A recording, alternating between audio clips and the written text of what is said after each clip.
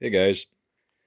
Well, I took a little bit of break, a little bit of a break from the SIG quarter scale Cub and decided to get some work done on the ME 109.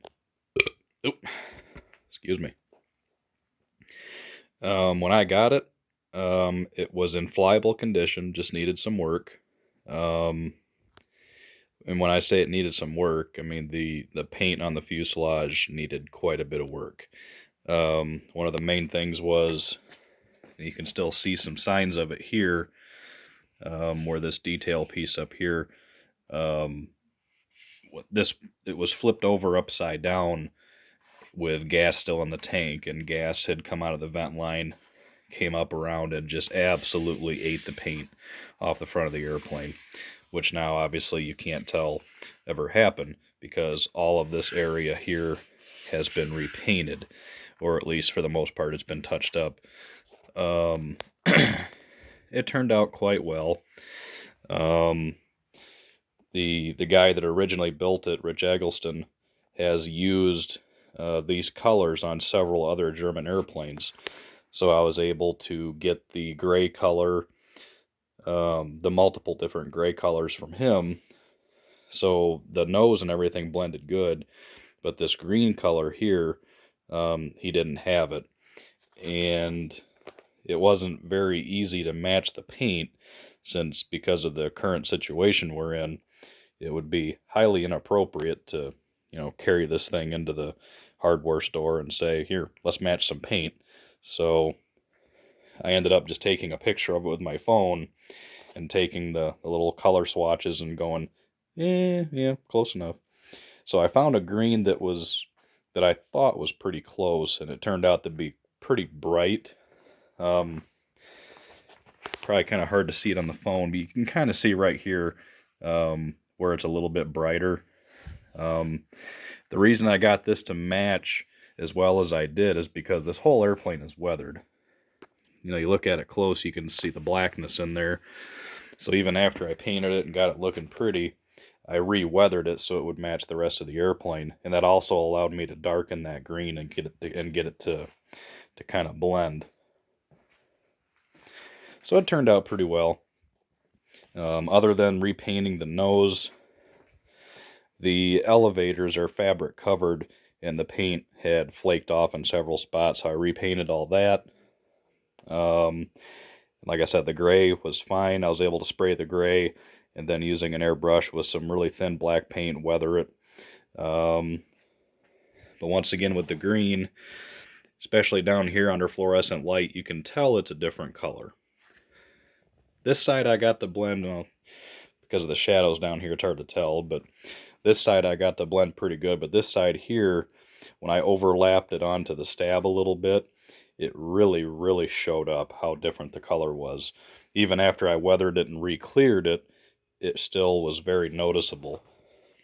So what I did is I put a couple bullet hole patches on there. I kind of like it. Um, back in World War II, when these things got shot up out in the battlefield, they literally just put little patches on there. They usually didn't paint them, so it just has a couple aluminum patches. I put a couple on the wing where the wing had a couple boo-boos in the paint, and it just so happened to be on the same side, so kind of adds up. Looks good to me. And I got the approval for how it turned out from the original builder and the guy I got it from. So both Rich and Chuck said it looks good, and that's what matters to me. Now I can't remember how many of these Rich has actually built. I think 5 or 6 of them, and this is number one. So it's really important to me to get it looking nice. Now the wing, I'm not going to get it down. I don't think we can see it up here.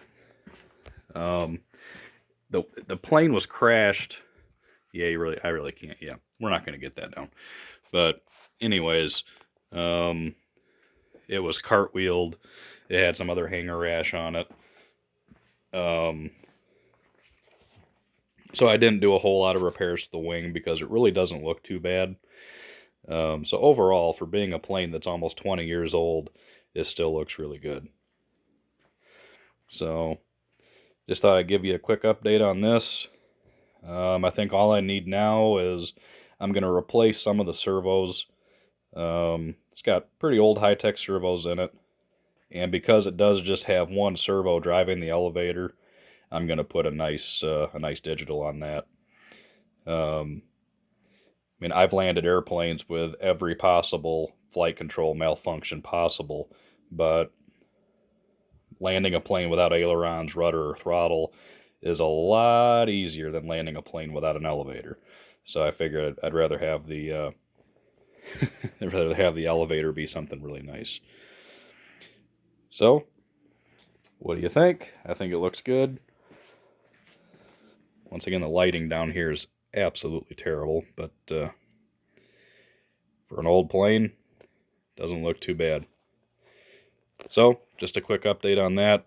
As soon as I actually get it ready to go, I'll bring it back and show it to you all assembled. And I think I'm just really waiting on a receiver and figuring out what I'm going to do for servos.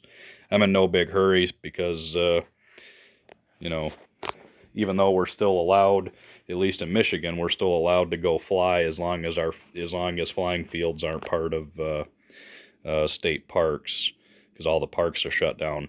But the main fields I fly at, we own our fields, so we still fly, keep our social distancing, which is fine, and we stay safe. When I go out to the flying field, I don't use any of the tables we have out there. Everything that I use and touch is stuff that belongs to me, so no harm there. So maybe we'll get some flight footage on this here in the near future.